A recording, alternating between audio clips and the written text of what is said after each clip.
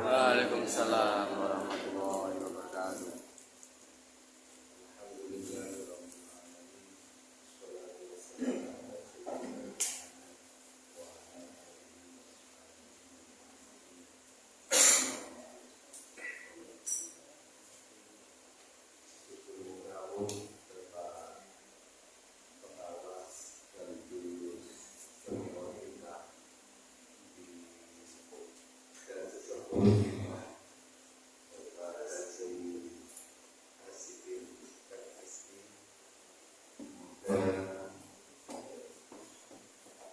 Diberikan kesehatan, umur yang panjang, manfaat dan keberhasilan.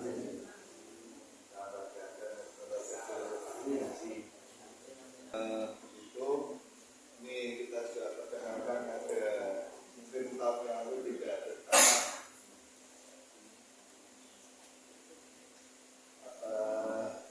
ini juga guru baru yang dulu belum pernah bertatap dengan Bapak Kiai Afifuddin. Nah, kelas ini masih jelas kan kuning. Gue nak kelas ini kok S2 rada kuning-kuning, rada gerindra gitu.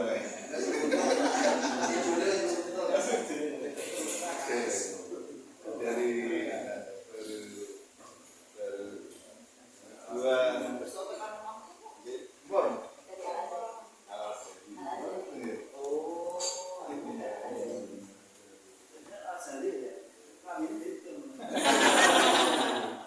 ini sudah mau naturalisasi. Asli Rawo. Ada guru baru bisa Mudovar Al-Hafid. Ini adiknya udah Rokan. Tapi asli Telatah Rawasari juga.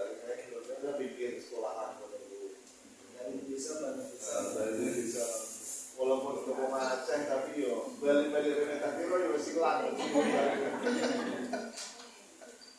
Untuk ajar mana siapa yang tidak semuanya dulu ini moga ajar hati ini semakin kuat mau di Yayasan Kusmati. Alhamdulillah pada pertemuan ini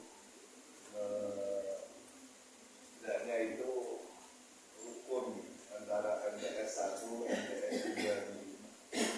Ya memang rukun, nggak harus digelut kan mesti rukun. Nah gelut itu kan mesti orang dirukuni. Jadi nggak harus orang diroyak mesti rukun. Dan ini guru yang paling sepuh di sini ada Pak Yazid ini. Tinggal 4 bulan lagi Pak ya. Nah ini mudah-mudahan semua timah. Artinya sampai akhir itu gitu. Dan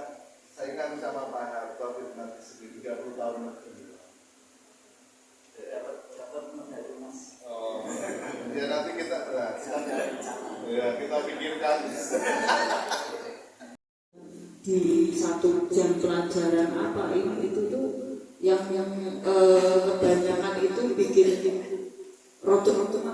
Nanti ya Pak operator dari Pak Rozak operator dan juga Mas Askar. Karena kita juga ada 3 unit yang baru Bapak. Jadi dari MA, dari MTS Sumatera itu memang kita yang dari Pusat 02 itu juga kadang bingungnya itu ini kayak apa berubah lagi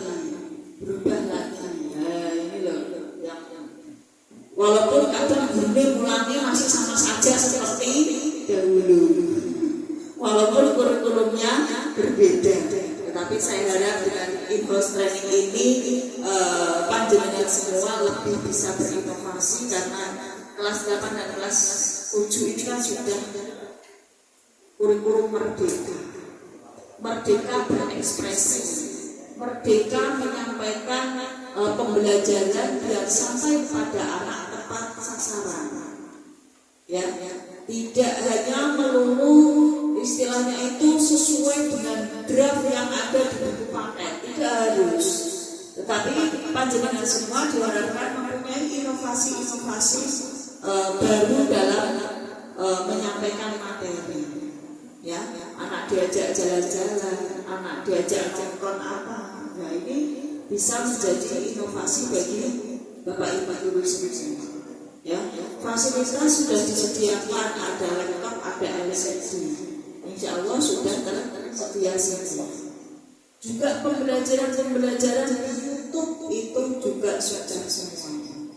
Ya, panjenengan misalkan tidak mau membuat sendiri di YouTube banyak, tinggal panjenengan menayangkan, tinggal nanti terus kemudian bisa istilahnya tinggal diberikan bagaimana follow up-nya terhadap siswa dengan penayangan yang ada di YouTube yang panjenengan tayangkan, gitu ya. Jadi e-commerce ini bisa menjadikan Bapak Ibu lebih kreatif, inovatif dan juga lebih bersama. Karena adanya P5 itu tadi yang membuat panjenengan harus sudah punya banyak istilahnya angan-angan, imajinasi, besok apa ya. Itu saja yang dapat saya harapkan dari IHT ini. Semoga manfaat bagi panjenengan lebih banyak. Ya. Terima kasih. Assalamualaikum warahmatullahi wabarakatuh. Terima kasih kepada Ibu Hajah Siti Mubarakah SPPI. Acara selanjutnya yaitu pembinaan sekaligus pemberian materi kepada pengawas MTS kepada beliau Bapak K. Haji Asikin MSI. Dipersilakan.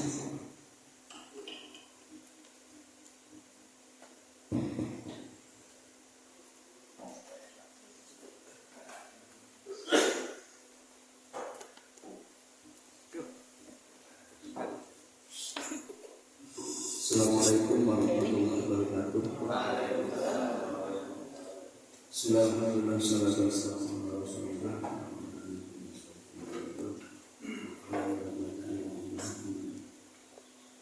Sama-sama Pak Kapit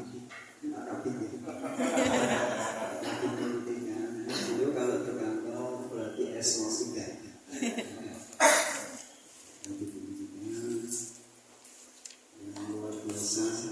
Kalau boleh Pak Mujib tidak ada yang mengatakan tidak sama, masih sama. Pembinaannya awal sektor itu, jadi semua ini nyata. Mudah-mudahan belum member pada kita semuanya. Siapa sini? Sekaligus juga kepala MTS Sumatera, Bapak Ibu semuanya yang hadir, baik dari guru, para pejabat-pejabat madrasah, maka pemimpin, koordinator, fasilitator, dan sebagainya sama-sama kita semua selalu berbahagia.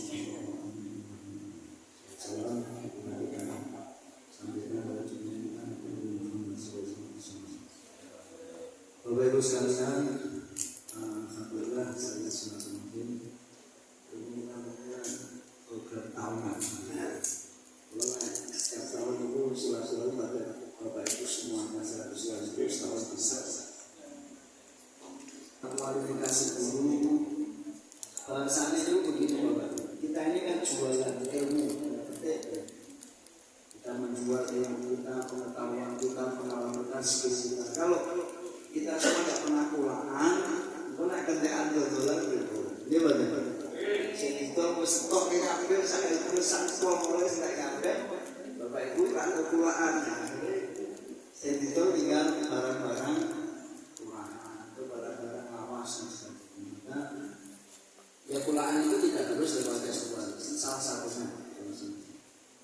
Sekarang yang saya share itu dari Pak Kepala sudah tak kabari, wartawan tak kabari tentang pulaan ilmu melalui pintar mengaji. Bapak Ibu yang sudah sertifikasi hukumnya wajib ikut pintar, paling tidak dalam satu semester itu ikut 1 kali. Jadi, terus sekalian, selama ini kalau saya awal tahun datang namanya workshop, terus ya, kemarin workshop. Nah, kita jadi workshop itu supaya lain-lain lah ya. Mau sampai sambil seneng, ganti seneng kita. Jadi ada senengnya mawon. Mari panjenengan kalau nanti ada laporan pelaksanaan senang kurikulum, dan dokumen dan sebagainya itu ada foto-foto di tulisannya gitu. Kalau kemarin workshop sekarang lihat indos dan nanti mungkin tahun depan kita ganti lagi lah. Boleh selesai. Biasanya hanya untuk variasi nama, tapi intinya sama bahwa awal tahun ini kita harus bersama-sama menyusun 2 dokumen.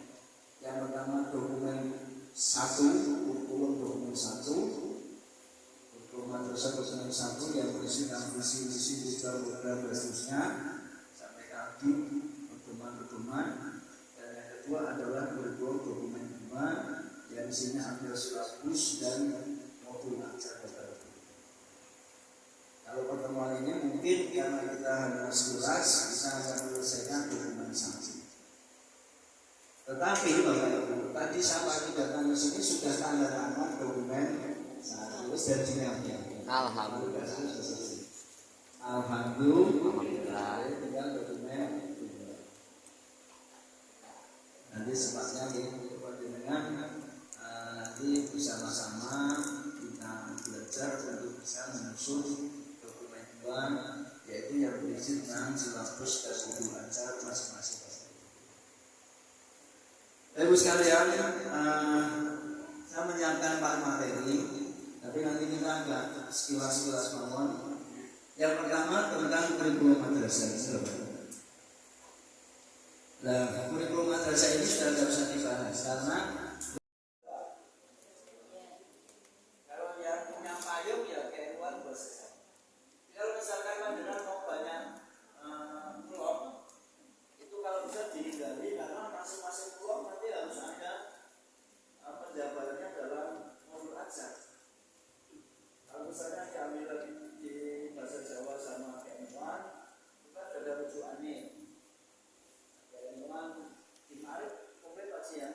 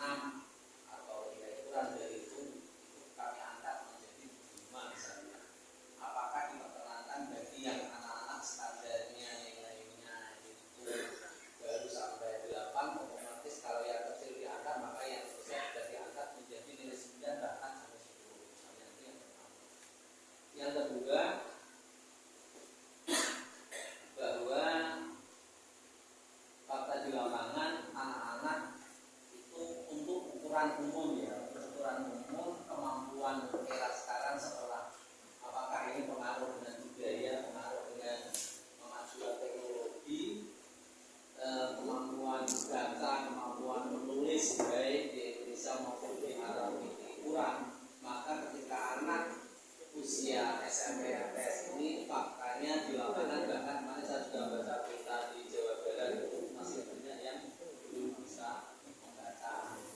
Nah, oleh karena itu di MTS Kota Bima ini inisiatif madrasah mengelola bagi anak-anak yang kurang bisa membaca dan juga mengelola mereka yang kemampuan ini terkait dengan pelaksanaan sekolah dengan atau ada unggul yang kemudian nah kaitannya dengan itu apakah bisa dimasukkan dalam proses P5. Misalnya kami juga selain itu ada juga mata pelajaran tata tertib berbasis keilmuan. Misalkan ada pelajaran itu adalah misalkan bacaan sholat sampai tuntas, misalkan bisa tahlil, misalkan bisa lainnya. Nah, apakah itu bisa dimasukkan dalam P5 sebagai projek karena fakta di lapangan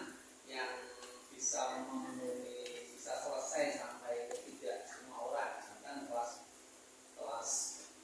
misalkan seangkatan ini dari sekian siswa itu yang bisa sampai target 50%. Nah, dari 50% itu biasanya kita dengan terpandu dan sebagainya sebagai projek gambarannya seperti apa? Terima kasih. Yang pertama terkait dengan perbedaan anak dan diferensiasi anak. Jadi Bapak Ibu, kita sekarang kalau melakukan pembelajaran kan ada yang asesmen awal, baru melakukan pembelajaran. Asesmen awal itu untuk mengetahui pemetaan. Anak ini kategorinya bahasanya itu sedang atau cukup atau bagus sekali atau bagus. Nanti ketika mereka sudah kelompok-kelompokan begitu, pembelajaran kita sesuaikan dengan kebutuhan mereka. Artinya ada peluasan dalam pembelajaran. Kemudian dalam asesmen akhir itu asesmen itu lebih kepada pemetaan. Bocah-bocah bisa mencapai pada kelompok mereka mana. Tinggal tadi misalnya dongkrak biji, ya saya tidak dongkrak biji. Mereka itu balik pada kelompok mereka. Orang singkat jadi kelompok A misalnya, kita balik di setengah, terus B juga di setengah B benar. Tapi sesuai komunitas kelompok mereka. Mereka tuntas atau baik pada komunitas atau kelompok mereka. Jadi asesmen awal itu untuk mengelompokkan anak-anak seperti itu. Memang nanti ketika itu kan kuantitatif, deskripsi. Orang jadi ongkor, kadang-kadang kita jadi ketika dipajak ke rapor angka itu, ya tadi itu dengan sing kita tambahi, ya kita tambahi, jadi nanti tidak sulit. Karena ada deskripsinya. Jadi sama itu di sini itu kalau pada kelompok pasangan. Tapi kalau kelompok baik atau kelompok baik sekali, itu ketika biji itu ya 7 di sana dan 7 di sini tidak. Nah, yang penting ada pemahaman seperti itu. Artinya kita memberikan asesmen itu menilai anak itu pada kelompok mereka dia sudah mencapai yang terbaik. Wis paling apik ning kelompok E. Jadi nanti angka itu lebih bersifat kualitatif karena ada hubungan deskripsi. Dan itu juga bisa dicarikan dari sumber-sumber ajar yang lebih luas. Jangan hanya butek. Jadi tadi ada yang sumber ajar dari lapangan nyata, juga ada sumber ajar dari media sosial atau pakai link. Misalnya materi ini, materi tentang sholat bisa dilihat di link ini. Tapi harus diarahkan loh. Ketika menggunakan sumber ajar dari langit itu kalau tidak dibatasi nanti bisa salah ukur ya. Karena ini boleh materi tentang sholat sebenarnya ketemu yang lain ya. Jadi linknya harus dipersiapkan. Jadi link yang terkait dengan sumber ajar yang benar-benar saya. Jadi memang literasi sekarang itu harus luas. Bacanya sekarang banyak literasi digital. Jangan